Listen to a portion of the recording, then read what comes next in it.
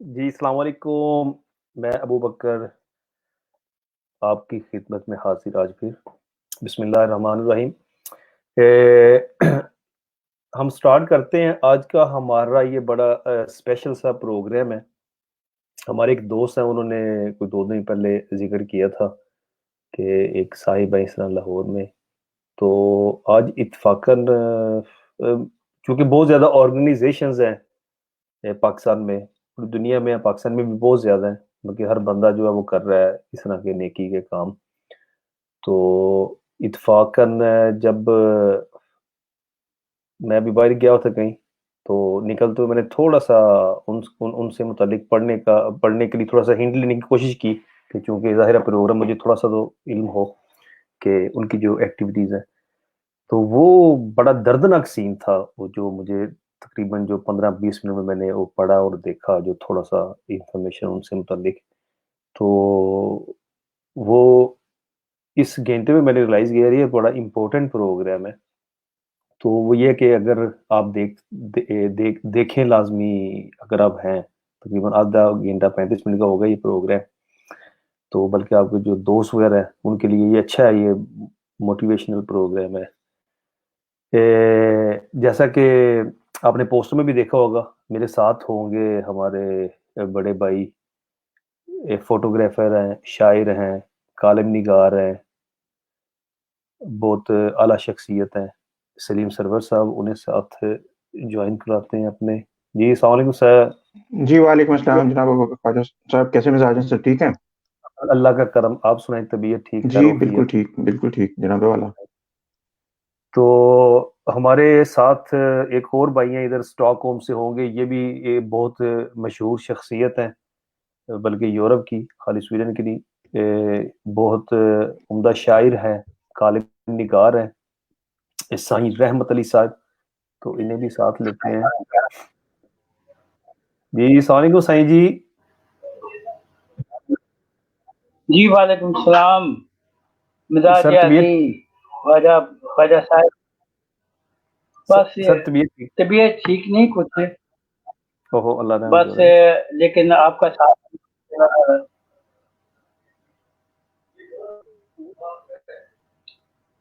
ज़बरदस्त। हमारे जो मेहमान हैं आज के, ये उनका नाम है लियाकत जावेद। ये डायरेक्टर हैं ब्रिक पाकिस्तान उसके, और ये स्कूल वगैरह इन्होंने बहुत ज़्यादा बनाए हैं और जहाँ बच्चों वगैरह को पढ़ाया जाता है। इनका जो तारुफ जो है वो बड़ा लंबा है, वो माइक वाला। पूरी एक डॉक्यूमेंट्री है। ये 5 साल की उम्र में थे, इन्होंने एक भट्ठे पे काम शुरू किया, तकरीबन 15-20 साल तक ये करते रहे काम। फिर उसके बाद इनको रियलाइज़ हुआ कि यार कि नहीं पढ़ना चाहिए, तो उसके बाद उन्होंने अपनी पढ़ाई की, फिर उस अभी जो है ये मदद कर रहे हैं उन लोगों की जो इस तरह के गुज़र रहे हैं इस ऐसी ज़िंदगी से। तो बाकी ये है कि साथ-साथ जो है वो उनसे गपशप होगी, उनसे मुतालिक पता चलता रहेगा। ये स्वीडन भी आए हैं बहुत दफ़ा और ये ऑर्गनाइज़ेशन के लिए काम कर रहे हैं। ये भी हैं, इनकी वाइफ़ हैं, इनके दोस्त हैं जो दिन-रात कर रहे हैं और स्पेशली आजकल बहुत ज़्यादा ये हेल्प कर रहे हैं लोगों की। तो इन्हें साथ लेते हैं लियाकत जावेद साहब को। जी, अस्सलाम वालेकुम सर। वालेकुम अस्सलाम। जी, ख्वाजा साहब आप ठीक-ठाक हैं? जी, ज़बरदस्त करम अल्लाह पाक का। सर आपको खुशामदीद कहते हैं सबसे पहले। जी, शुक्रिया और इट्स अच्छी अपॉर्च्युनिटी है मेरे लिए भी कि इस क्राइसिस के दौर में बात कर सकूँगा आप दोस्तों से और इट्स अ गुड अपॉर्च्युनिटी। अच्छा सर, हमें ये है कि डेफ़िनेटली सलीम सरवर साहब तो वाकिफ़ है आपकी इंट्रोडक्शन से, साईं साहब भी अभी बताएँगे ये बड़ी चीज़ें। तो ये है कि ये बिल्कुल ऐसे ठीक है कि आपने 5 साल की एज में आपने स्टार्ट किया, फिर उसके बाद कुछ साल आप थोड़ा-सा बताएँगे अपनी ज़ुबानी थोड़ा-सा शॉर्ट सा, फिर उसके बाद चलते हैं जी। आजकल के। सलीम सरवर साहब तो मेरे से भी बेहतर बता सकते हैं क्योंकि वो मुझे पूरी तरह से जानते हैं। हमने बहुत पाकिस्तान में जब वो यहाँ तशरीफ़ रखते थे तो वो वहाँ उन्हें हमारा बड़ा साथ दिया है। मैं 5 साल का था जो मुझे याद पड़ता है जब हमने भट्टे पे ईंटें बनाना शुरू की, मैं अपने ख़ानदान के साथ मैं भी वहाँ पे शुरू हो गया। तो अब वो और वो 6-7 साल की उम्र तक वो करते रहे। आई वॉज 11 ईयर्स जब मुझे मौका मिला कि मेरे वालिद को सोच आया कि कम से कम एक बच्चे को पढ़ना चाहिए। तो वालिद साहब ने भट्टा मालिक से गुजारिश की कि क्या ये मुमकिन है कि मेरा एक बच्चा स्कूल जा सके। तो भट्टा मालिक ने कहा कि वो मान तो गया, लेकिन वो इस शर्त पे माना कि जो सबसे छोटा बच्चा है वो स्कूल जा सकेगा। तो इस तरह मुझे मौका मिला स्कूल जाने का। तो मैं 11 साल की उम्र में था जब मैं पहली जमात में जाके मैंने पढ़ना शुरू किया, अल्फ बे सीखना शुरू की, और इस तरह से वो सफ़र शुरू हुआ। मैंने 1997 में मैट्रिक किया, और मैट्रिक करने तक मुझे कई स्कूल चेंज करना पड़े, क्योंकि भट्टा मजदूर जो खानदान है वो एक भट्टे से दूसरे भट्टे पे और उससे आगे भट्टे पे शिफ्ट होते रहते हैं। तो फिर साथ बच्चों को भी जाना पड़ता है। तो इस तरह मुझे भी एक जगह से दूसरी जगह और फिर आगे की जगह और इस तरह जाना पड़ा। तो खैर मैट्रिक कर लिया, और मैट्रिक करने के बाद सोचना ये शुरू किया कि आगे क्या करना चाहिए। परेशान था, सोच रहा था और दिल में यही आया कि इन्हीं लोगों के लिए काम करना चाहिए, क्योंकि बहुत सारे बच्चे जो भट्टों पे हैं वो पढ़ नहीं पाते थे। मैं स्कूल जाता था, बाकी सारे बच्चे इंटे बनाते थे। तो मुझे लगा कि मुझे इन्हीं को पढ़ाना चाहिए। तो फिर मैंने वहीं पे उसी कम्युनिटी में एक छोटा सा ग्रुप बनाया अपने दोस्तों का, और उनको पढ़ाना शुरू कर दिया। तो इस तरह ये सिलसिला शुरू हुआ, और ये फिर रुका नहीं है सिलसिला। हम एक स्कूल से दूसरा स्कूल बनाया, तीसरा स्कूल बनाया, इस तरह हम ये आगे करते गए।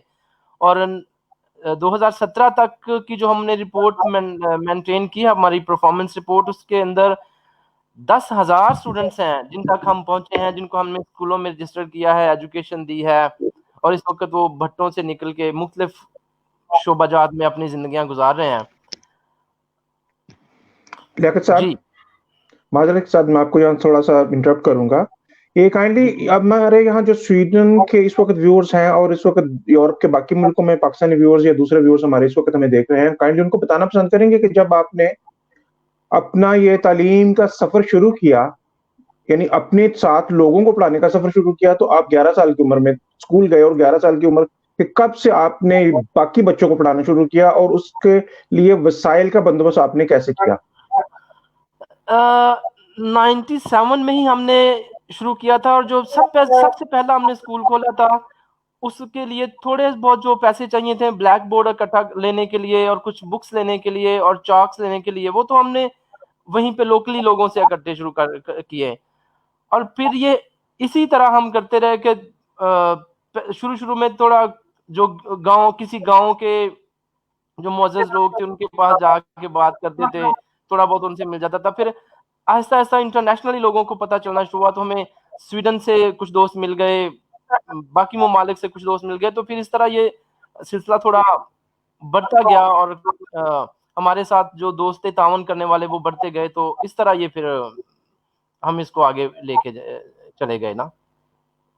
मुझे एक वाकया याद आता है, कभी आपसे डिस्कस हुआ था, आपने कहा था कि शायद कोई डॉक्टर साहब थे जिन्होंने आपको डिस्करेज किया। आपने उनसे पूछा कि क्या मैं डॉक्टर बन सकता हूं, तो उन्होंने आपको कहा कि आप डॉक्टर नहीं बन सकते।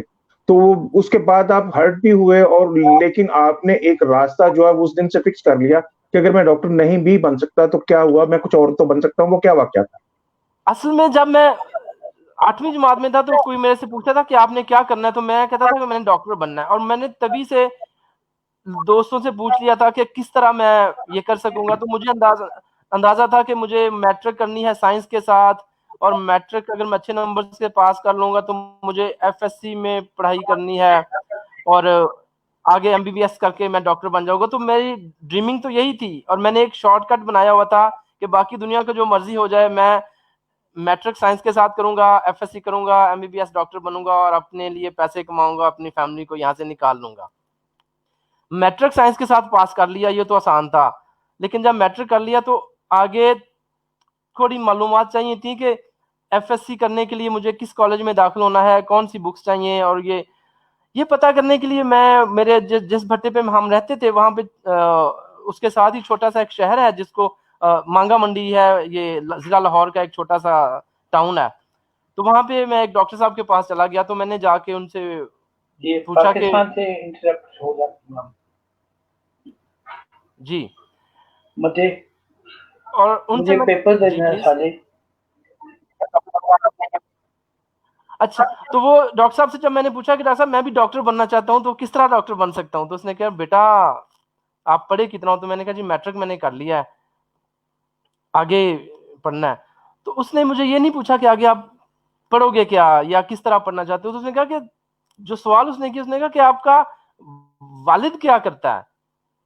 तो ये सवाल मेरे लिए थोड़ा-सा इम्बैलेंसिंग भी था, इसलिए कि यहाँ पे पाकिस्तान की सोसाइटी में किसी को ये बताना कि मैं भट्टा मज़दूर हूँ या मैं भट्टा मज़दूर का बेटा हूँ, भट्टा मज़दूर को लोग इज़्ज़त की नज़र से नहीं देखते इस सोसाइटी में, जो ठीक नहीं है, लेकिन फैक्ट्स तो फैक्ट्स रहते हैं।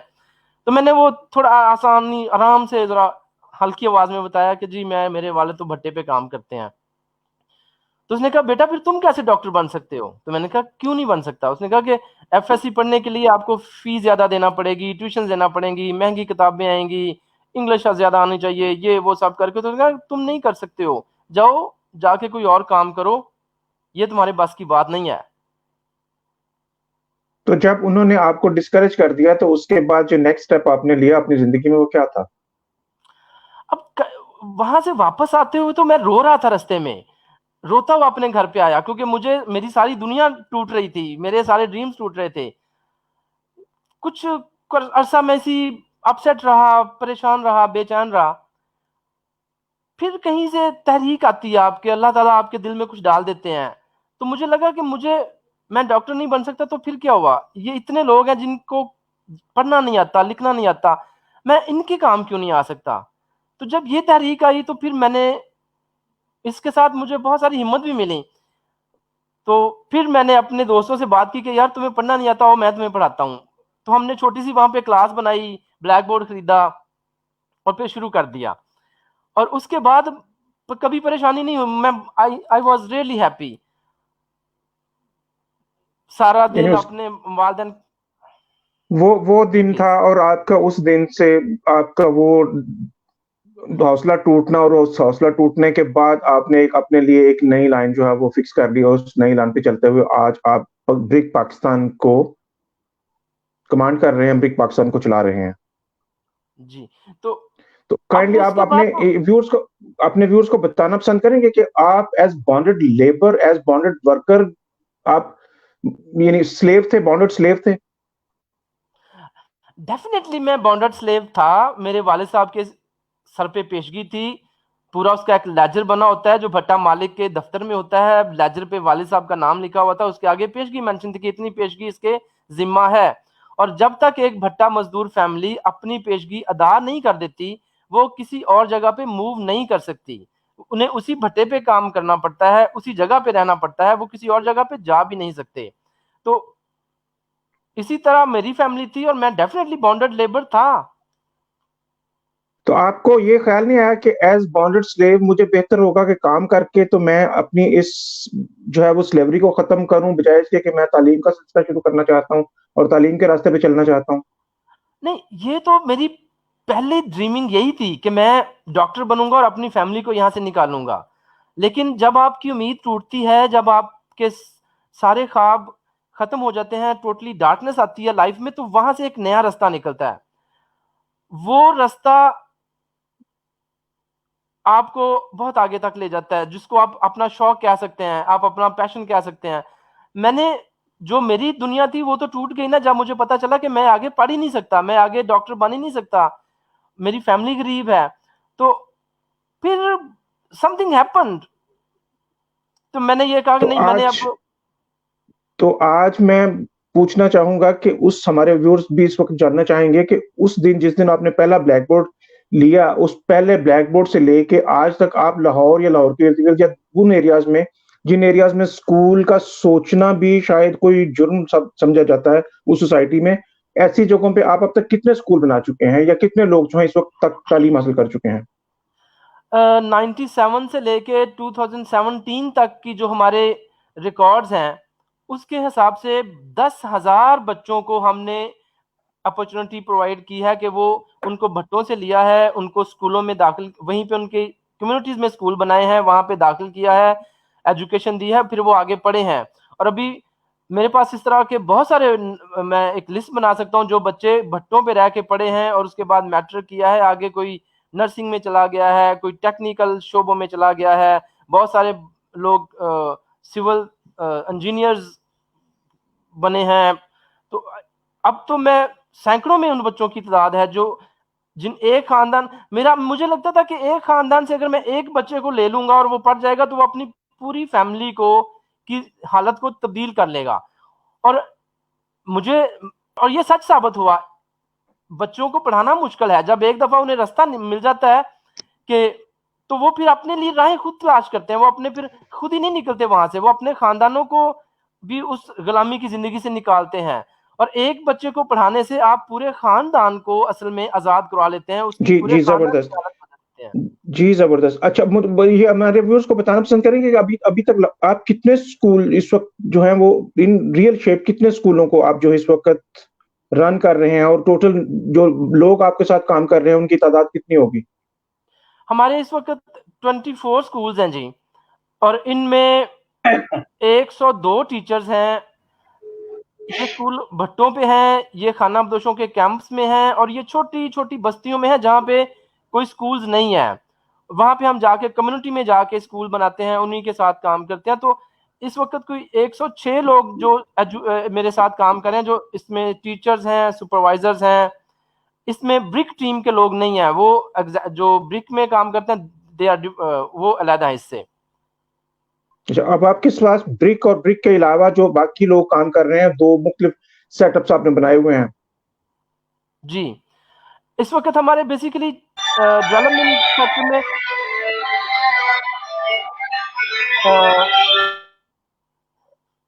प्ले ग्रुप सेंटर्स हैं, प्राइमरी एजुकेशन है, स्किल सेंटर्स हैं।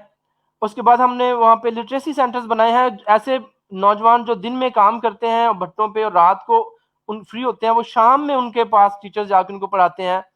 तो इस तरह के मतलब वैरायटी ऑफ प्रोजेक्ट है ब्रिक पाकिस्तान की, जिसके तहत कोशिश ये है कि खानाबदोश बच्चों को, खानाबदोश नौजवानों को एजुकेट करके मेन स्ट्रीम में लाया जाए और उनको पाकिस्तानी शहरी बनाया जाए। वो इस काबिल हो जाएं कि उनको पता चले कि हमारी ज़िंदगी क्या है, हम अपने ख्वाबों के पीछे कैसे दौड़ेंगे और अपनी ज़िंदगी को डेवलप कैसे करेंगे। जी जबरदस्त। तो इसके अब जो करंट सिचुएशन पाकिस्तान में चल रही है, जिसमें आपका जिस एरिया में फोकस है, वो मेनली वो लोग हैं जो सोसाइटी में किसी प्रिविलेज के हकदार नहीं समझे जाते, या उनको किसी किस्म की कोई सोसाइटी में प्रिविलेज नहीं देता। और आजकल चूंकि कोरोना कोविड-19 के बाद दुनिया के स्वाय स्वीडन के दुनिया के बेशतर ममालिक जो हैं वो अंडर स्ट्रिक्ट लॉकडाउन है, तो उस स्ट्रिक्ट लॉकडाउन में पाकिस्तान भी है। और जिस तबकात को आप रिप्रेजेंट कर रहे हैं, या वो लोग जो नॉर्मली ही अपनी जिंदगी बड़ी मुश्किल से खींचते हैं, उन लोगों की इस सिचुएशन में जो है वो कैसे जिंदगी चल रही है, उनका खाने पीने का सिलसिला क्या है, वो लोग कैसे अपनी जिंदगी चला रहे हैं जब भट्टे बंद हैं, मजदूरी कोई दे नहीं रहा। चूंकि ये मोस्टली वो लोग हैं जो डेली वेजेस पे हैं, या जिनको हम उर्दू में दिहाड़ीदार कहते हैं। तो ये दिहाड़ीदार तबका है, तो ये अपनी जिंदगी को कैसे चला रहे हैं? सलीम साहब, मैं इसको पहली बात तो ये कि एक ये इंटरनेशनल क्राइसिस है, पूरी दुनिया इसके अंदर जकड़ी हुई है और बहुत बड़ी मुसीबत है ये। लेकिन मैं चाहूँगा पाकिस्तान में हूँ, और पाकिस्तान में इस मुसीबत से मुकाबला करने का तरीक़ाकार बड़ा डिफरेंट है। मैं गवर्नमेंट अपनी जगह पे एफर्ट कर रही होगी, बहुत ज़्यादा कर रही होगी, मैं कभी भी गवर्नमेंट को क्रिटिसाइज़ नहीं करता। लेकिन अफ़सोस की बात यह है कि पाकिस्तान के भट्टा मज़दूरों को और पाकिस्तान के खानाबदोशों को पिछले 76 साल में भी इग्नोर किया जाता रहा है, और इस दफ़ा भी उनको बैडली इग्नोर किया जा रहा है।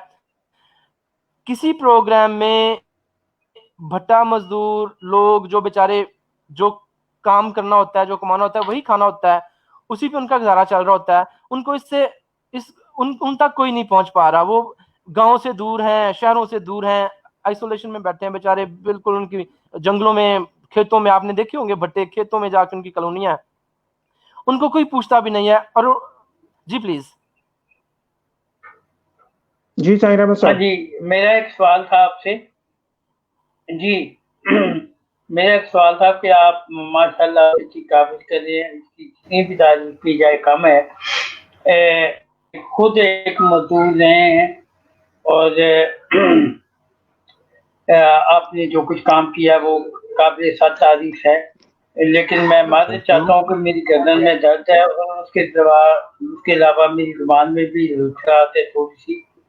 तो मैं आपसे ये सवाल पूछना चाहूँगा कि अब तक आपने ये जो दिहाड़ीदार सिंह साहब फरमा रहे थे, तो दिहाड़ीदार तबके का गुजारा कैसे होता है? It's really painful. कि मेरे सवाल को समझे आप जाके जावेद साहब? जी मैं समझ रहा हूँ।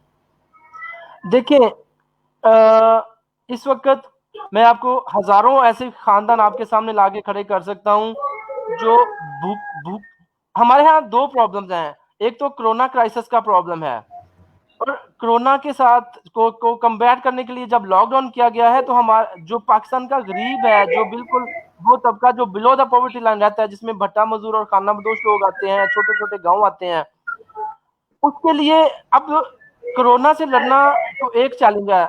जो उससे बड़ा चैलेंज है वो ये है कि भूख से कैसा लड़ा जाए। उनके कारोबार बंद होने से उनकी रोजी रोटी उनके पास नहीं पहुंच पा रही। उनको इस वक्त प्रॉब्लम है कि वो सड़क पे आते हैं तो उनको पुलिस मारती है, दुकानदार उनको सौदा नहीं देते, जो मालकान हैं भट्टों के मालकान वो ज्यादातर अब वो भट्टों पे इसलिए नहीं जा पा रहे कि उनकी अपनी ईंट नहीं बिक रही और उनके पास इनकम नहीं है। तो वो जो लेबर्स बैठे हैं उन बेचारों के साथ उनके अच्छे कुछ मालिकान कोशिश कर रहे हैं किसी न किसी तरह से उनको फैसिलिटेट करने की, लेकिन ज्यादातर मालिक नहीं कर पा रहा है। तो वो मालिक अपने घरों में बैठ गए हैं। इस वक्त मजदूर की हालत तो बहुत खराब है, ना वो एहतजाज कर सकता है, ना वो किसी के खिलाफ बात कर सकता है, और ना वो दुकान से राशन ले सकता है। तो इस हाल में मजदूर परेशान है। अब उसके लिए हम जो कर सकते थे वो ये था कि हम चूंकि दो वेज हमारे पास दो वेज थे। एक ये कि लॉकडाउन में अपने घरों पे बैठ जाएं और चुप करके बैठे रहें। दूसरा ये था कि हम कुछ ना कुछ कर सके जो हम कर सकते हैं। तो व्हाट वी डिड, हमने अपने तौर पे कोशिश की, दोस्तों से बात की, और इस तरह हमने जितनी हमारे स्कूल्स के कम्युनिटीज हैं उनमें देखा कि जो जो खानदान बिल्कुल बुरे हालात में है, हमने उनको जाके राशन पैकेज बनाया, जो 2 हफ्ते का पैकेज ना, हमने उनके घरों पे जाके देना शुरू किया है। और हम चौका ये हर इवनिंग में ये कर रहे हैं। शाम में हम गाड़ी निकालते हैं, मुख्तलिफ ग्रुप्स में लोग ड्यूटीज बांटते हैं और जाके लोगों के घरों पे राशन दे रहे हैं। लेकिन बीइंग अ स्मॉल ऑर्गेनाइजेशन, हम इतनी बड़ी ऑर्गेनाइजेशन तो नहीं है कि हम पूरे पाकिस्तान के भट्टा मजदूरों को कवर कर लेंगे। हम तो थोड़े से लोगों को कवर कर पा रहे हैं, लेकिन बाकी भट्टा मजदूर जहां तक हम नहीं पहुंच पा रहे हैं उनके क्या हालात होंगे वो सोच के दुख होता है। डेफिनेटली उनके बुरे हालात होंगे, और उन तक government at least, I am sorry कि गवर्नमेंट नहीं पहुंच पा रही। गवर्नमेंट को उनके लिए सोचना चाहिए। और फिर सही साहब, अगर पाकिस्तान के बहुत सारे दोस्त जिनको अल्लाह ताला ने बहुत कुछ दे रखा है, अगर वो भी कोशिश करें कि अपने घर के करीब अगर कोई भट्टा है तो वो जरूर वहां पे जाएं और उन कम्युनिटीज को जरूर फैसिलिटेट करें, क्योंकि इस वक्त पाकिस्तान के भट्टा मजदूर कम्युनिटी और खानाबदोश लोग जो बेचारे सड़कों पे आके मांग के रद्दी कत्ता बेच के अपना गुजारा करते, तो वो बहुत बुरे हालात में है। जी अबू बकर साहब, मैं माजरत चाहता हूँ। अच्छा, मेरा ताल्लुक है गुजरांवाला से। जी सर। और काफी बड़ा जिला ये। अच्छा, मजे की बात है, ऑनेस्टली बताऊं कि मेरे लिए ये सब कुछ नया है, खुदा की कसम, कि इतने जालिम भी हो सकते हैं ये भट्टे वाले। ऑनेस्टली मैं ये अच्छा ये सुना हुआ है हमने कि जो होते हैं जागीरदार, ये कहानियां सुनी हुई हैं, लेकिन पंजाब के अंदर लाहौर के इर्द गिर्द ये चीजें मगे कसम उठा रोजे में हो कि मेरे लिए नहीं है। मैंने कभी सोच भी नहीं सकता कि इतने जालिम किस्म के ये लोग, ये बड़े बड़े नजर आ रहे हैं, दुआ निकल रही है भट्टे। और मेरा नहीं ख्याल कि हम लोग कभी इतना दूर तक जाते भी हैं, या हमें आइडिया भी था इस चीज का कि इस तरह का मगर लोग हैं जो जरूरतमंद ये भट्टों पे हैं, जो या इस तरह ये कुछ और है। सर आपकी बात तो ये सिर्फ मगर स्पेसिफिक एरिया है, सिर्फ के उधर है ये कि ऑलमोस्ट मगर डेफिनेटली सब तो नहीं होंगे, ये तकरीबन पूरे पाकिस्तान में है। ये जो सिचुएशन, ये जो कंडीशन लियाकत साहब बता रहे हैं, ये ऑलमोस्ट सारे पाकिस्तान में है, न बल्कि ना सिर्फ पाकिस्तान में, बल्कि ये चूंकि वही सेम सिस्टम इंडिया में है, बांग्लादेश में है, ये तक सिचुएशन ऑलमोस्ट सब कॉन्टिनेंट में है। मेरा ख्याल है इस पे लियाकत साहब बात कर सकेंगे। बाकी साहब मैं आपको बताऊं, जी प्लीज। जी जी नहीं, जो ये भट्टे पे काम करते हैं स्पेसिफिक जो लेबर है, मतलब चाइल्ड लेबर, ये वो ही इसी तरह का होता है कि वो कर्ज आता है, लेते हैं, तो फिर वो उनको करना पड़ता है मजबूरी में काम, या जो बाकी भी है जो चाइल्ड लेबर जो दूसरी जगह पे कर रही है, कि उनका भी ऑलमोस्ट यही होता है, ये प्रोसेस जो है उनका काम करने का, या कह रहे जो मजबूरी बनती है।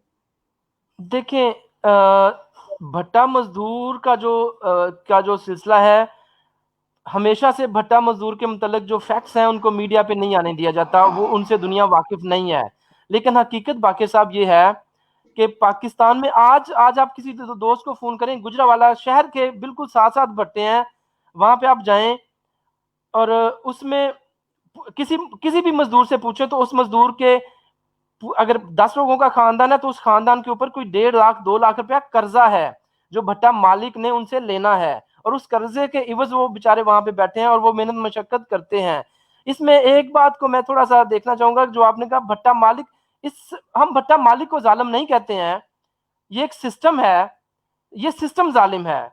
भट्टा मालिक के बारे में अगर देखें तो वही भट्टा मालिक जो मजदूर की पेशगी भी काट रहा होता है, उसको वेजेस भी कम दे रहा होता है, उसकी लेबर की कदर भी नहीं करता, उसको डांटता भी है, उसको झुग्गियों में रखता है, बुरे हालात में वो मजदूर रहता है। लेकिन वही भट्टा मालिक जब मस्जिद में जाता है, वहां पे जाके नमाज भी पढ़ता है, शुक्रगुजारी भी करता है, अल्लाह ताला की राह में वो नजर भी गुजरानता है।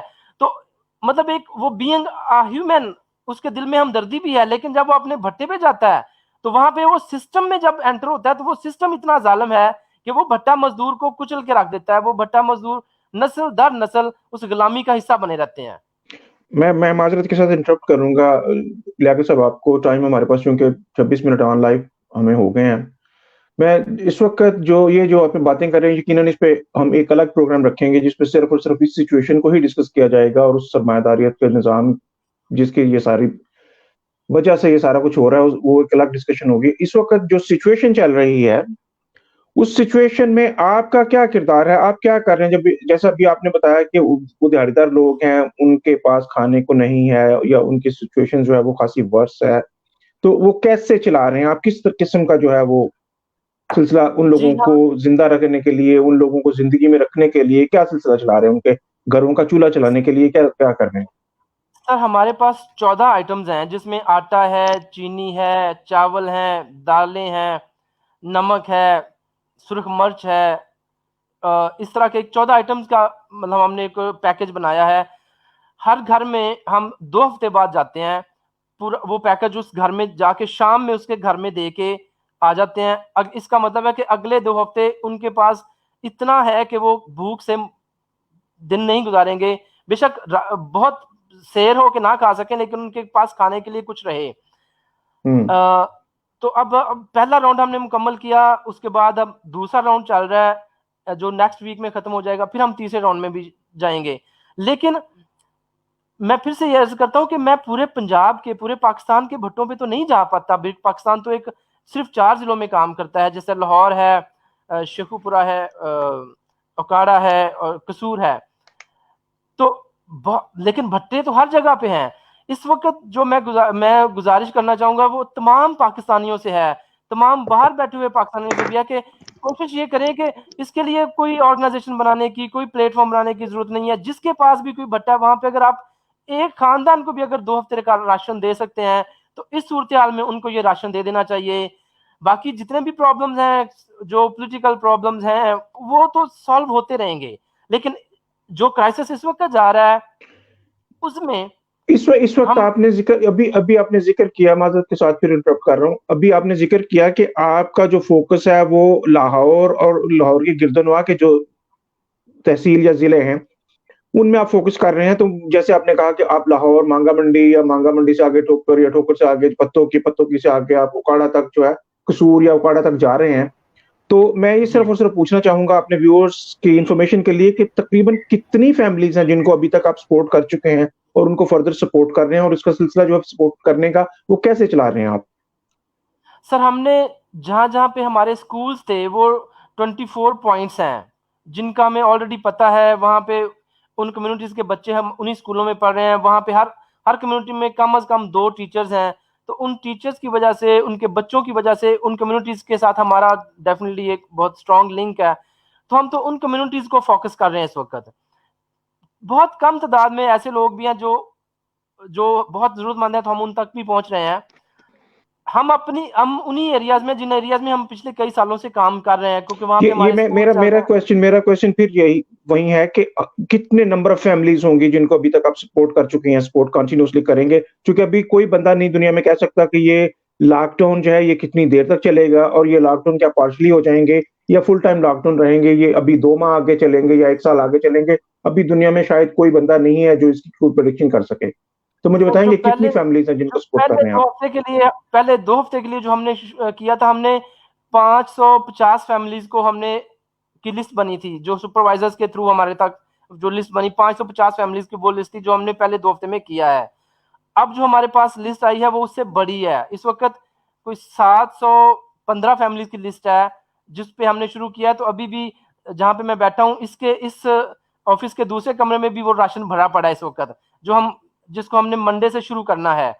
तो मतलब, लेकिन अगर हम इस लिस्ट को बढ़ाने की कोशिश करें तो वहीं पे ये फैमिलीज कोई और बहुत ज्यादा फैमिलीज हैं, लेकिन हमने भी उन फैमिलीज में से हमने कोशिश किया कि जिन फैमिलीज का गुजारा हो सकता है उनको एक दफा रहने दिया जाए, जो ज्यादा नीडी फैमिलीज है हम उन तक पहुंचे, क्योंकि हमारे पास नंबर ऑफ रिसोर्सेज भी बहुत जितना है, हम उसी से हमें मैनेज करना है। आजकल चूंकि रमजान भी चल रहा है और रमजान की वजह से भी पाकिस्तान में या अरब मुल्कों में, जहाँ जहाँ मुस्लिम दुनिया है, उन मुल्कों में राशन की जो जरूरत है, वो डिमांड जो है वो बहुत बढ़ जाती है।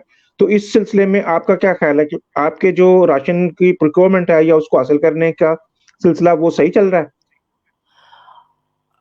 असल में मेरे पास फिक्स मौजूद है जो राशन हमने अब रमजान के लिए लिया है, जो क्योंकि अभी रोजे शुरू हो गए हैं, लोगों के घरों पे डेफिनेटली में देना चाहिए, और हमने वो नंबर ऑफ फैमिलीज भी बढ़ा दिया है, वो 700 से ऊपर ले गए हैं।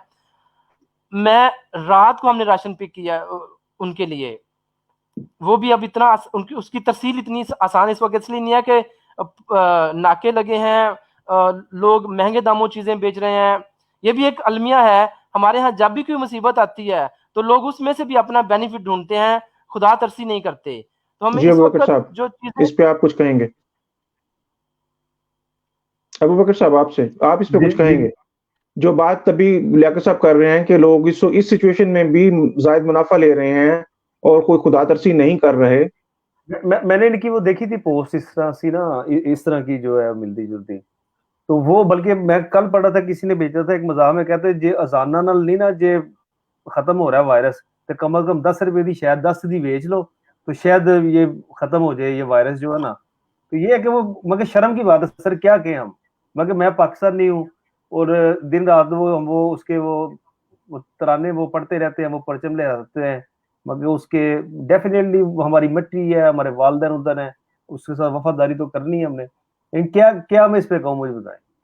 अब ये सारी चीजें इस सिलसिले में लियाकत साहब से अगर किसी किस्म का आपका कोई क्वेश्चन बनता है? सर मेरा इनसे मतलब डेफिनेटली इनके साथ तो वो जैसे आपने कहा कि पूरा वो प्रोग्राम करना पड़ेगा उसके हवाले से, लेकिन चूंकि अभी वो कोरोना की तरफ है तो सर मैं वो ये है कि डेफिनेटली आप वो हमारे साथ शेयर कीजिएगा, आपका जो अकाउंट नंबर वगैरह, इन केस अगर कोई हेल्प करना चाहता है। मैंने वो देखा था आपका कि आपका स्वीडन भी चक्कर लगे हैं कुछ एक, और प्लस ये काफी स्वीडिश लोग आपके साथ टच हैं, उसकी मुझे वो समझ नहीं आई क्या क्या वजह है, मगर और भी ममालिक दुनिया में। मैं बल्कि आपके प्लेटफॉर्म से तमाम स्वीडिश दोस्तों का शुक्रगुजार भी हूं। इस वक्त एक जो राशन हम लोगों को दे रहे हैं, जो रमजान में हम लोगों को राशन अभी देना शुरू किया है, इसके लिए एक बड़ी रकम जो है वो हमें स्वीडिश दोस्तों की तरफ से आई है। Very good.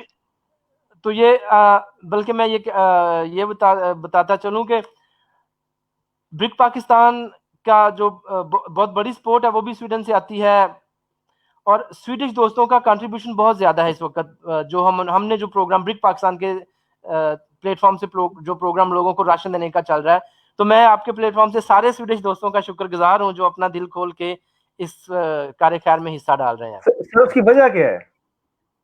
मगर सिर्फ उसकी जी मैं बताता हूँ, उसकी एक बैकग्राउंड में एक वजह यह है कि जब हम खुद भट्टे पे रहते थे तो वहां पे एक स्कूल चलाया एक ऑर्गेनाइजेशन ने, तो वो ऑर्गेनाइजेशन जो थी उसको स्वीडन सपोर्ट करता था। तो उस ऑर्गेनाइजेशन जो स्वीडिश लोग थे, कुछ मतलब 2-4 स्वीडिश लोगों से हमारा राब्ता तब किसी तरह तब से था। तो वो जब लेटर ऑन उनसे हमारा राब्ता हुआ तो वो बड़े खुश हुए कि आप तो भट्टे पे रहते थे और आपने ये बड़ा अच्छा काम शुरू कर दिया, and then they became the partners और they started to support us. तो इस तरह स्वीडन के साथ हमारे जो वो राब्ते हैं वो ज्यादा बने हैं, बल्कि जो वर्ल्ड चिल्ड्रन प्राइज प्रोग्राम है, World Children Prize for the rights of the children, हम उसके ब्रिक पाकिस्तान उसका फोकल पॉइंट है पाकिस्तान के लिए। तो ये भी एक वजह है जिसमें मैग्नस बैरिमर और स्वीडन की जो मलका है वो उस प्रोग्राम को रन कर रहे हैं। तो वो एनुअली पाकिस्तान से हम या कोई ऐसा बच्चा जिसको ज्यूरी का मेंबर बनाया जाता है वो उधर जाता है। तो इस तरह फिर स्वीडन से और भी राब्ते अच्छे हो जाते हैं कि साल में एक दफा हमें स्वीडन आने का मौका मिलता है, तो उससे फिर ज्यादा लोग 200 से बात हो जाती है। तो इस तरह स्वीडन में हमारे जो दोस्त हैं वो ज्यादा हैं। सर 1995 में स्वीडिश एक टीम थी जिन्होंने डॉक्यूमेंट्री बनाई थी माई लाइफ इज माइन, वो आप पर थी, वो किया था उन्होंने। You know too much about it. एक असल में हुआ ये कि जिस भट्टे पे हम रहते थे वहीं पे वो स्वीडिश लोगों की टीम आई और उसने वो डॉक्यूमेंट्री बनाई माई लाइफ इज माइन। और उस डॉक्यूमेंट्री में मेरी फैमिली को दिखाया गया, मेरी सिस्टर जो मेरे से छोटी हैं और एक वहाँ पे और लड़की थी जिसका नाम अमीना है, वो भी उस फिल्म में थी। तो वो उस फिल्म की स्टार्स थी। जब हमने काम शुरू किया सबने, तो वो हम सारे इकट्ठे थे। तो वो जो उस वक्त के फिल्म स्टार्स थे फिर वो ब्रिक पाकिस्तान के वो बन गए ना, वर्कर्स बन गए। हम सब ने ब्रिक में काम शुरू कर दिया।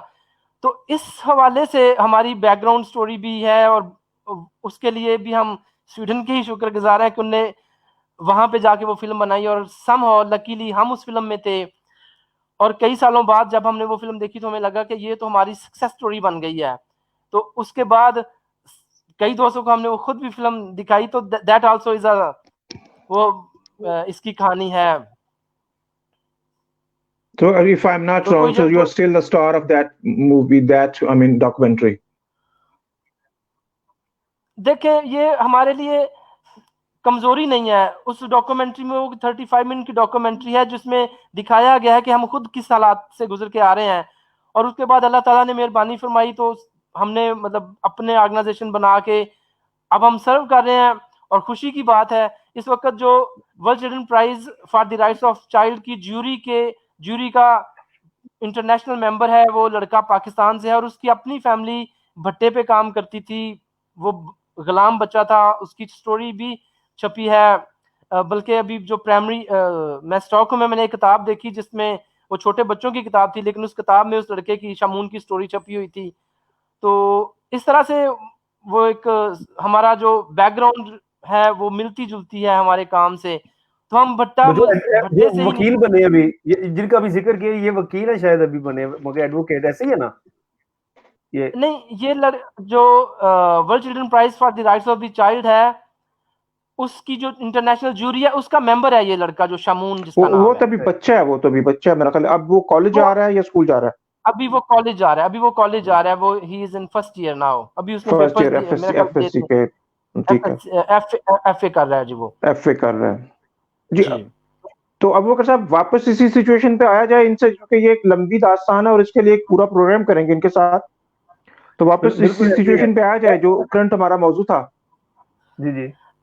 जी इस पे मैं तो सिर्फ ये कहना चाहूंगा सलीम साहिब के पाकिस्तान की गवर्नमेंट उस तरह से लोगों की खिदमत नहीं कर पा रही जिस तरह से उसको करना चाहिए था। लेकिन अगर मैं फिगर्स को देखूं आज दोपहर 3 बजे की जो वर्ल्ड WHO की फिगर्स हैं, उस फिगर्स में पाकिस्तान में अभी तक जो टोटल केसेस हैं वो 18,114 हैं और आपका रिकवरी रेट भी बहुत अच्छा है, दुनिया में सबसे अच्छा है। इस वक्त आपके 4,715 लोग जो हॉस्पिटल से फारिग हो चुके हैं और आपकी डेथ टोल बहुत ही थोड़ा है, 417 है। जब उसके मुकाबले में मैं स्वीडन में जाऊं तो हमारी डेथ टोल जो यहाँ है वो 2,669 लोग पहुंच चुके हैं, दुनिया छोड़ चुके हैं। तो पंजाब में अभी तक आपकी 73 डेथ्स हुई हैं। तो मेरा ख्याल है पाकिस्तान गवर्नमेंट का तो एक्शन ठीक एक्शन जा रहा है। सर मैं कोविड-19 की बात कर रहा हूँ, लेकिन उसके साथ मैं एक बड़ी बात कर रहा हूँ। हमारे लिए चैलेंज इस वक़्त कोरोना वायरस नहीं है। हमारे लिए चैलेंज इस वक़्त गुर्बत है, भूख है, क्योंकि घर में लोगों को घर में बंद रहना। लोग काम नहीं कर पा रहे हैं, तो वो अपने घरों में बंद हैं। अब जब वो अपने घरों में बंद हैं, तो जो सुबह दिहाड़ी करने के लिए निकलता है और वो 500 रुपया या 700 रुपया कमा के लाके अपने बच्चों के लिए राशन खरीदता है, उस बंदे का दिन कैसे गुजरता है? वो शाम में जब रोटी नहीं है, तो वो किस तरह अपने बच्चों को ये समझाएगा कि बेटा कोरोना वायरस आया है, यानी अगर भूख वो को कोरोना बर्दाश्त से करो। बच भी गया तो भूख से मर जाएगा। सर, मैंने पिछले दिनों एक लड़की से जाके पूछा कि बेटा ये जो कोरोना वायरस है इसका क्या चल रहा है? तो उसने कहा भाई कोरोना वायरस से तो हम बच जाएंगे, लेकिन हम भूख से मर जाएंगे, क्योंकि बीमारी से तो लड़ेंगे ना। जब आएगी बीमारी घर के तो बाहर भूख से खड़ी मर है, जाएंगे, बिल्कुल सच बात है। जी तो जी, अबू बकर भूख साहब जी, कंटिन्यू प्लीज। घरों के अंदर है। अबू बकर साहब सलीम आपसे कुछ साहब, पूछना चाह रहे हैं? ये इसमें सच पूछे ना, मैं एक चीज सोच रहा था, बल्कि आपसे भी उस दिन जिक्र हो रहा था कि जैसे बहुत से लोग ये खाने वगैरह दे भी रहे हैं, राशन वगैरह लोगों को, बल्कि इवन के कुछ लोगों ने वो लेने से इनकार कर दिया राशन, क्योंकि उनसे पहले 2-3 बंदे दे चुके थे। मुझे ऐसा महसूस होता है कि जैसे हम लोग जो चूंकि शहरों में रहते हैं, तो हम लोग जैसे वो ईद भी होती है, गोश्त भी बांटते हैं या सपोज, तो हमारी कोशिश होती है कैसी भी सीधी नेड़े नेड़े दे के फारग हो जाइए, ठीक है ना, मगर नजदीक में दे, जल्दी फारिग लेकिन हो ये तो जाए। रिमोट एरियाज में काम कर रहे हैं लियाकत साहब, तो जैसा वो बता रहे हैं कि वो तो रिमोट नहीं, एरियाज वो में काम कर नहीं, रहे हैं। वो तो सर वो अकेले कर रहे हैं ना, वो कितने पूरे पाकिस्तान को तो नहीं खाना देंगे, मगर हम्म, इनके जो बच्चे मैं देख रहा था, मगर जो उसका था, किधर गया वो, इधर मैंने एनी हाउ, तो वो मगर ये कितने लोगों को देंगे, ठीक है ना, मगर 1000 बंदे को खाना पहुंचा देंगे, 2 को पहुंचा देंगे, 10,000 को पहुंचा देंगे, ठीक है ना। अभी ये मिलियंस के हिसाब के आपके उधर वो बच्चे हैं जो, मगर इस तरह के लोग हैं जो तो उसमें जो हम लोग हैं, हर एक बंदा जो साहिब सीरत, जिसको अल्लाह पाक ने तौफीक दी है, तो सबकी कोशिश है ना यार, मर कैसी भी जन्नत जाइए। तो ये किस तरह की चीजें जो इसाले स्वाब बनती हैं, जो बंदा खाएगा उन्हें दुआएं देगा, तो वो बजाय अपने ही दरवाजे के अंदर ही रहे, वो बंदा उनके पास मांगने है तो उसी को दे। तो क्यों ना बंदा वो कोशिश करे या थोड़ा सा खुद वो ढूंढे ऐसे लोगों को, तो जो सही उसके मुस्तहिक हैं, या कम से कम इस तरह का सोच रहे हमने, जो अपने इर्द गिर्द के बंदे, 2 बंदों को हमने खाना देना है, उनके पास है या नहीं है। तो इस तरह करके कोई है, कोई आइडिया आपके पास सलीम साहब, कोई चीज? जी जी, अभी अभी हमारे पास चूंकि लियाकत साहब हैं, तो मेरा ख्याल है ये बेहतर यही जवाब दे सकते हैं कि इमीडिएटली अगर हमारे कुछ अहबाब, और इस वक्त चूंकि ये रमजान का जो है वो चल रहा है महीना, बरकत का महीना चल रहा है, खैर का महीना चल रहा है, तो इस महीने में यकीनन बहुत सारे हमारे पाकिस्तानी अहबाब जो यूरोप के अंदर बैठे हुए हैं, जो स्वीडन के अंदर बैठे हुए हैं, जो जो इस वक्त हमारे कुछ लोग जो कनाडा में बैठे ये प्रोग्राम देख रहे हैं, अमेरिका में बैठे प्रोग्राम देख रहे हैं, तो मेरी गुजारिश, पर्सनली गुजारिश होगी कि अगर वो फिलहाल तो हमारे पास ये एक छोटा सा प्लेटफॉर्म जो लियाकत साहब रिप्रेजेंट कर रहे हैं, उस प्लेटफॉर्म पे अगर उस अपने ज़कात के पैसों में से या सदकात के पैसों में से कुछ इनकी सपोर्ट कर दें, तो ऑब्वियसली ये अगर 700 फैमिलीज को सपोर्ट कर रहे हैं, तो इनका ये नंबर ऑफ फैमिलीज बढ़ जाएगा। सर, इस पे जो मैं कहना चाहूंगा वो तो ये है कि जो शख्स किसी भी शहर में बैठा है, अगर अल्लाह ताला उसको तौफीक देता है, तो वो कुछ ना करे, खुद अपनी गाड़ी को स्टार्ट करे और किसी भट्टे पे पहुंच जाए, वहां पे वो अपने हाथ से वो करे, जो पहले जाके देखे, अगर वो लोग वाकई मुस्तहिक हैं तो वहां पे जाके उसको कर देना चाहिए। क्योंकि इस वक्त भट्टा मजदूर कम्युनिटी और खाना बदोश कम्युनिटी बहुत बुरी तरह से मुतासर हुए हैं, क्योंकि उनको इग्नोर किया जा रहा है। बहुत कम आप देख पा रहे होंगे कि कोई भट्टा मजदूरों तक पहुंच रहा है या खाना बदोशों तक पहुंच रहा है, उन तक कोई पहुंच नहीं पा रहा। और ये बेचारे, और इनमें से बाकी साहब मेजोरिटी के पास तो आईडी कार्ड भी नहीं है, इनका कहीं रिकॉर्ड ही नहीं है, ये गवर्नमेंट के खाते में ही नहीं है कहीं। इनको इनको जब सेंसस होती है तो इनको कहीं लिखा ही नहीं जाता बेचारों को। और माय ये जो गॉड, कहता है कि यार आपको राशन देना है, शनाख्ती कार्ड की कॉपी दे दो, तो ये हाउ सैड। बेचारे तो वहां पे जाके भी राशन नहीं ले सकते, क्योंकि इनके पास शनाख्ती कार्ड है नहीं है। जी अबू बकर साहब, इस पे क्या कहेंगे आप?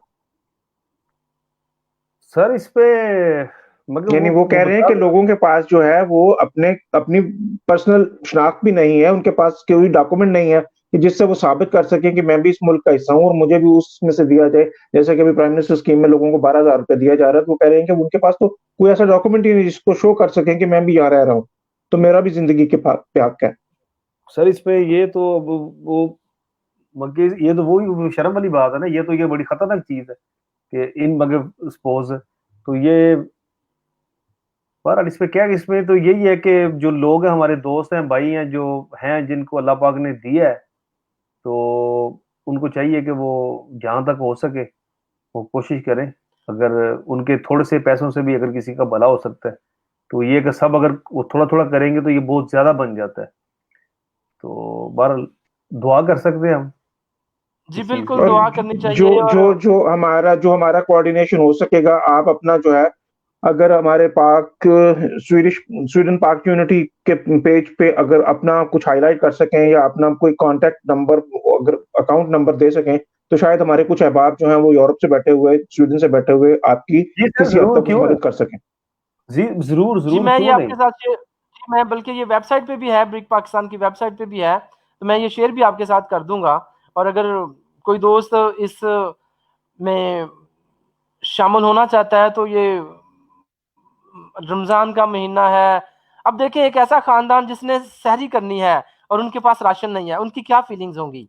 और वही फैमिली किसी ना किसी तरह से अगर सहरी कर भी लेती है, तो जब जैसे जैसे सूरज ग्रूब होने की तरफ जा रहा होता है तो फैमिली का सरबरा ये सोच रहा होता है कि आज इफ्तार कैसे करना है। तो ये छोटी छोटी चीजें हैं जो फर्क डाल सकती हैं। हम बड़े मसाइल को हल नहीं कर सकते ना सही, हम जो छोटे छोटे कंट्रीब्यूशन कर सकते हैं वो हमें करने चाहिए, क्योंकि पाकिस्तान के भट्टा मजदूर पाकिस्तानी हैं, वो इस मुल्क के का हिस्सा हैं। और अगर अल्लाह ताला ने मुझे आपको नवाजा है तो हम हमारी थोड़ी सी कोशिश से हम उनकी जिंदगी में थोड़ा सा फर्क डाल सकते हैं। जी तो बिल्कुल, जी इस बिल्कुल। वक्त अच्छा, मुझे मुझे एक छोटा सा क्वेश्चन है। जब हमने कल ये अनाउंस किया कि आपके साथ हमारी एक सीटिंग लाइव जा रही है कल, तो उस पे हमारे कुछ दोस्तों ने पाकिस्तान से कुछ कमेंट्स इस किस्म के किए, जिनका मैं यहाँ ज़रूर ज़िक्र करना चाहूँगा। उन्होंने कमेंट्स किए कि आप किसी सर्टेन कम्युनिटी को ही रिप्रेज़ेंट करते हैं और किसी सर्टेन कम्युनिटी की ही सपोर्ट करते हैं, जिसमें मुस्लिम जो है, रिलीजियसली मुस्लिम तबका है, या वो लोग जो इस्लाम के ज़ेरे असर हैं या ज़ेरे साया हैं, उनको सपोर्ट नहीं करते। तो ज़रा काइंडली उन दोस्तों के लिए थोड़ी-सी वज़ाहत कर देंगे कि आप इसमें किसी किस्म का वो मज़हब का कोई डायरेक्टली या इनडायरेक्टली ताल्लुक नहीं है? बिल्कुल नहीं, मजहब का सिर्फ इतना सा ताल्लुक है इसमें कि हम रमजान में माजी में जब रमजान शरीफ आता तो हम एक इज्तिमाई डिनर करवाते थे, इफ्तार पार्टी करवाते थे भट्टा मजदूरों को। इसी तरह जब उनका क्रिसमस आता है तो जो क्रिश्चियन मजदूर हैं, जो मुस्लिम मजदूर हैं, ये सारे क्रिसमस फेस्टिवल में शामिल होते हैं। तो ये कल्चरल सा इवेंट है। अदरवाइज तो भट्टा मजदूर है ना, उसका क्रिश्चियन होना या मुस्लिम होना हमारे लिए तो ये कोई मीनिंग नहीं रखता। इंसान होना हमारे अहम लिए है। तो मजदूर है, वो इंसान है और इंसानों के काम आना चाहिए। और चूंकि वहाँ वो जिस सोसाइटी में आप बैठे हैं या जिस सोसाइटी में मजहब डिस्कस होता है, उस सोसाइटी में सिर्फ और सिर्फ लोग जानना चाहते हैं कि भट्टों पे मेजोरिटी जो है वो बाय बिलीफ, मुझे जहां तक इन्फॉर्मेशन है, बाय बिलीफ उनमें से बड़े कम लोग होते हैं जिनका कोई रिलीजियस बिलीफ भी शायद होता हो। लेकिन इसके बावजूद लोगों का क्वेश्चन है, तो उस पर थोड़ी सी वजाहत कर दें कि क्या उसमें सिर्फ और सिर्फ जो है वो माइनॉरिटीज के ही लोग काम करते हैं या मुस्लिम भी काम करते हैं? नहीं नहीं सलीम साहब, ऐसा तो कोई मुमकिन नहीं है ना कि एक मुल्क में नॉन मुस्लिम्स की जो तादाद है वो आप कहते हैं कि 5% है या 7% है। हार्डली पूरे मुल्क में अगर नॉन मुस्लिम की तादाद 5 या 7% हो, तो एक कम्युनिटी में सिर्फ क्रिश्चियंस कैसे वर्कर्स हो सकते हैं? मेजोरिटी वर्कर्स भट्टा मजदूरों की मुस्लिम लोगों की है, वो मुसलमान हैं नमाज पढ़ते हैं, ईद पे नमाज पढ़ने जाते हैं, रोजे रखते हैं। ये जो लोग ये कहते हैं कि सिर्फ क्रिश्चियन भट्टों पे काम करते हैं, ऐसा बिल्कुल नहीं है। जी, जी बिल्कुल, जी बिल्कुल। यकीनन मेरे उन दोस्तों की इस पे कुछ ना कुछ सैटिस्फैक्शन हो गई होगी जिन्होंने ये क्वेश्चन किया था कल कि ये सिर्फ और सिर्फ एक सर्टेन कम्युनिटी है जो वहाँ काम करती है। तो आपने उसको बहुत अच्छा किया, वज़ाहत कर दी कि उसमें मज़हब का कोई रोल नहीं है। वो तो बेचारे लेबर है, मज़दूर है, उनका किसी मज़हब से कोई ख़ास एरिया से नहीं ताल्लुक, बल्कि वो सिर्फ और सिर्फ अपनी ज़िंदगी गुज़ारने के लिए किसी भी मज़हब से आके किसी भी जगह पे, ऐसी जगहों पे काम करने पे मजबूर हैं। जी, अबू बकर साहब। नहीं, मैं वो कह रहा हूँ 2015 में था, तकरीबन 15,000 बटे थे, ठीक है ना, जिसमें मतलब मजदूर जो काम कर रहे थे 9.5 मिलियन 2015 में। यस। तो इन्हें इतने ज्यादा क्रिश्चियंस नहीं हो सकते। असल में मैं सोच रहा हूँ कि शरीफ साहब अभी चूंकि तकरीबन ऑलमोस्ट में घंटा को हो गया हाँ है, जी, टाइम काफ़ी ज़्यादा हो गया। प्रॉब्लम ये है कि जब ये बहुत लंबा होगा ना प्रोग्राम, फिर लोग देखेंगे नहीं। तो जी मेरा वो प्लीज, दिल जी है प्लीज, अपना तो सर इसको आखिरी मैसेज दें ताकि इसको हाँ, जो है ना यहाँ वाइंड अप किया जाए। तो उसके लेकर साहब बाद जो आप दोस्तों से गुजारिश कर सकते हैं हम आपके साथ मिलके। कि मैक्सिमम आपको सपोर्ट किया जाए? सर मैं जो पहले भी मैंने अर्ज किया और अब फिर से अर्ज करता हूं कि इस वक्त मेरा चौंका ताल्लुक भट्टा मजदूर खानदान से है। मैं भट्टा मजदूर खानदानों के लिए काम करता हूं। अल्लाह ताला ने मुझे विजन दिया है कि इनके लिए काम करें। तो मेरी तो गुजारिश यही है कि तमाम पाकिस्तानी, चाहे वो पाकिस्तान में हैं या पाकिस्तान से बाहर हैं, इस वक्त में उन्हें भट्टा मजदूर लोगों की जरूर मदद करनी चाहिए। ड्यू टू कोविड-19, ड्यू टू लॉकडाउन, पाकिस्तान के भट्टा मजदूर और पाकिस्तान के जो खाना बदोश हैं, जो झुग्गियों में रहते हैं, ये दो कम्युनिटीज बहुत बुरी तरह से मुतासर हो रही हैं। इनके लिए मैं ये नहीं कहता कि आप ब्रिक पाकिस्तान को पैसे भेजें, आप अपनी इंडिविजुअली कोशिश करके भी करें, जिस तरह भी हो सकता है, लेकिन इस सूरत हाल में इन लोगों की मदद करनी चाहिए ताकि वो जिंदगी को जारी रख सकें। और आने वाले वक्त में तो डेफिनेटली अल्लाह ताला उनके ऊपर मेहरबानी करेगा, वो अपने बच्चों को पढ़ा लेंगे, उनको हुनर सिखा लेंगे, तो उनकी जिंदगी में तब्दीली आ जाएगी। लेकिन इस वक्त जिंदा रहना जरूरी है। खुदारा ऐसा ना हो कि उतने लोग कोरोना से का ना मरे। शिकार ना हो जितने भूख से मर जाएं। तो जी, इस बहुत सूरत हाल शुक्रिया। में तमाम पाकिस्तानियों को कुछ जी, करना बहुत चाहिए। शुक्रिया। जी।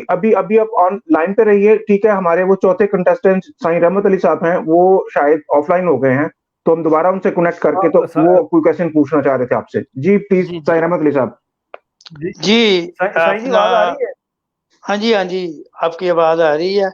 और मैं माजरत चाहता हूँ कि अपना ड्यू टू सम रीजंस मैं ऑफलाइन हो गया था, अब मैंने मोबाइल पे ऑनलाइन किया है, ठीक है जी ना? उम्मीद है कि आप मुझे देख रहे होंगे, सुन रहे होंगे। सर, जी पहले तो मैं आपसे जो कुछ आपने काम किया है ना, इसके आप काबिल सद तहसीन काम किया है। और थैंक उसके यू। अलावा जो ये है कि आप अपना फ़ोन नंबर जो है ना, हमें इनायत फरमा दें, हमसे जो कुछ हो उसका आपकी खिदमत करेंगे। और अपना ये जो कोरोना जो है ना, कोरोना तो एक वबा है, ये ख़त्म हो जाएगी, लेकिन भूख और प्यास जी ख़त्म नहीं होंगे। जी, इसके बिल्कुल लिए सच बात है। जी जी सही कह रहे हैं। जी मैं नंबर मैं आपको भी बता दूं या फिर मैं इनबॉक्स कर दूं आपको, जी, किस तरह ये वो करना ज़्यादा चाहिए? बेहतर होगा, वो आप जो है ना भेजिए ना। इनबॉक्स कर दीजिए, तो वो खुद ही पाक यूनिटी स्वीडन के पेज से डिस्प्ले कर दिया जाएगा। एग्जैक्टली, वो वीडियो जी के मैं साथ ही आपको ऊपर वो इनबॉक्स कर कर देंगे। दूंगा लेटर ऑन। जी। सलीम साहब को मैसेज आता है, प्लीज मैसेज देना जी, चाहेंगे कोई? मेरी जो तमाम अहबाब जो इस वक़्त हमें लाइव देख रहे हैं, उनसे गुज़ारिश होगी कि पाकिस्तान की सूरत-ए-हाल जिस तरह लियाकत साहब ने बताई, वो यकीनन लम्हा फ़िक्रिया है हर बंदे के लिए। ये एक सिचुएशन जो सिर्फ़ और सिर्फ़ पाकिस्तान के लिए नहीं, सारी दुनिया के लिए है, लेकिन बदकिस्मती से जिन मुल्कों से हम हैं, उन मुल्कों में वबाएँ ही इश्यू नहीं है, बल्कि वहाँ सदा ही वबा रहती है उन लोगों के लिए, जो लोग ज़िंदगी की तमाम तर चीज़ों को तक हसूल नहीं, या ये रसाई नहीं हो पाती। तो वो अहबाब जो हमें इस वक़्त लाइव देख रहे हैं, वो अगर अपने तहीं किसी की मदद कर रहे हैं, तो ऑब्वियसली दैट्स वंडरफुल, उससे अच्छा कुछ काम नहीं है। लेकिन लियाकत साहब इज़ अनदर ट्रस्टवर्दी नेम जिस पे हम ट्रस्ट कर सकते हैं, और यकीनन ये काम कर रहे हैं, जिसको मैं थैंक यू। पर्सनली भी जानता हूँ, और मैं विटनेस हूँ इनकी एक्टिविटीज़ का, और मैं विटनेस हूँ इनके स्कूल्स का। और स्वीडन में बैठे हुए बहुत से लोग विटनेस हैं, चूँकि हर साल मेरा ख़्याल है यहाँ से कोई 10-12 लोग स्वीडन से जो है इनको विज़िट करते रहते हैं, इनके मुख्तलिफ स्कूल्स को। स्वीडिश एम्बेसी पाकिस्तान में जो है वो विटनेस है इनके काम की। पाकिस्तान में बहुत सारे वो एक्स पाकिस्तानी स्टूडेंट्स जो स्वीडन में आए और स्वीडन से वापस चले गए, वो विटनेस हैं, क्योंकि वो सारे इनको विज़िट करते रहते हैं। तो मेरी अब आपसे गुज़ारिश होगी कि सिचुएशन में पाकिस्तान हमारा मुल्क है, सिर्फ़ और सिर्फ़ हुकूमतों के काम नहीं है, इन हालात में हम जैसे लोगों को, जो कुदरत ने किसी न किसी तरह हमें उन लोगों से बेहतर कर दिया है, जो लोग इस वक़्त फँसे हुए हैं। कुदरत ने हमें उन लोगों के मामलात से, उन लोगों की ज़िंदगी जैसी ज़िंदगी हम लोगों को नहीं दी। हमें कुछ आसाइशें, कुछ सहूलियात ऐसी दे दी हैं, जो शायद हमारी अपनी वजह से हैं, या जैसे भी कुदरत की तक़सीम है। लेकिन हमें इस सूरत-ए-हाल में लियाकत साहब जैसे वर्कर्स को, लियाकत साहब जैसे रज़ाकारों को याद रखना चाहिए। अगर हम खुद नहीं कर सकते, तो यकीनन ये हमारे साथ हैं, और ये यकीनन उस मुश्किल वक़्त में उन लोगों की मदद का, उन लोगों के लिए उनकी बेहतरी का ज़रिया बन सकते हैं। तो तमाम आपसे गुज़ारिश है, जिन्होंने इस जी, प्रोग्राम को देखा, वो जो हमारे साथ रहे, वो जैसा भी मुमकिन हो सके अपने एंड पे या किसी भी दूसरे एंड पे मैक्सिमम पाकिस्तानी जो मुश्किल में फंसे हुए हैं उनकी मदद करने की कोशिश कीजिए। जी नाजरीन, आपने सुनी होंगी लियाकत जावेद साहब की बातें, सलीम सरवर साहब की। हम कोशिश करेंगे इंशाल्लाह जल्द दोबारा इनके साथ दोबारा वो रब्ता करें और दोबारा इनसे मज़ीद मालूमात हासिल करें। तो आपसे गुजारिश है कि अल्लाह पाक के दिए में से दें, जैसे कि लियाकत जावेद साहब ने भी अभी खुद भी कह दिया यार कि ज़रूरी नहीं कि आपने अगर इनके दूर है या कहीं नहीं हो तो किसी न किसी हवाले से किसी न किसी की हेल्प करें, लेकिन करें ज़रूर कुछ ना कुछ। तो जो लोग आपके नज़दीक जो भट्ठे वगैरह हैं, तो वो अगर सपोज़ कोई दूसरे सूबे में है, तो वो उनके नज़दीक जो भट्ठे वगैरह तो लाज़मी वो जाएँ, घर से थोड़ा-सा निकलें, थोड़ा-सा दूर जाएँ, ऐसे बंदों को ढूँढें और यकीनन जितना आप सफ़र करेंगे, जितना मुश्किल आपके लिए, उतना ही आपको ज़्यादा अजर मिलेगा इस चीज़ के लिए। अपना ख्याल रखिएगा, अपनी दुआओं में याद रखिएगा। हमें इजाज़त दें। अल्लाह हाफ़िज़। अल्लाह हाफ़िज़। जी पाकिस्तान लियाकत साहब, जिंदाबाद, आपका बहुत शुक्रिया। स्वीडन जिंदाबाद।